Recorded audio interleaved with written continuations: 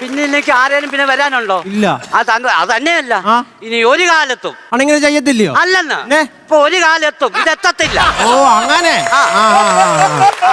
അതുകൊണ്ട് വീട്ടിൽ നിന്ന് ആരും ഇപ്പം വരാനില്ല.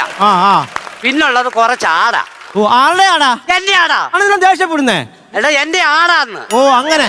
എന്നിട്ട് ഇപ്പൊ അവിടുന്ന് പിള്ളേർ വിളിച്ച് പറയും ആടിനെ വയറിളക്കം, അവര് പഴത്തൊലി കൊടുത്തോണ്ടിരിക്കുക. അയ്യോ സംഭവം എന്തോന്നറിയാവോ?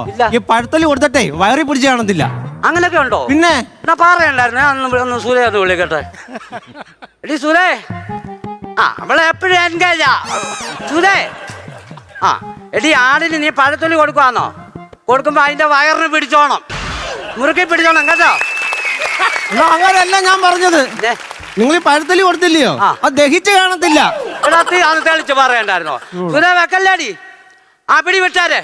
അതിന്റെ അല്ല, നിമ മാറി മാറി വർത്താനം പറയുക.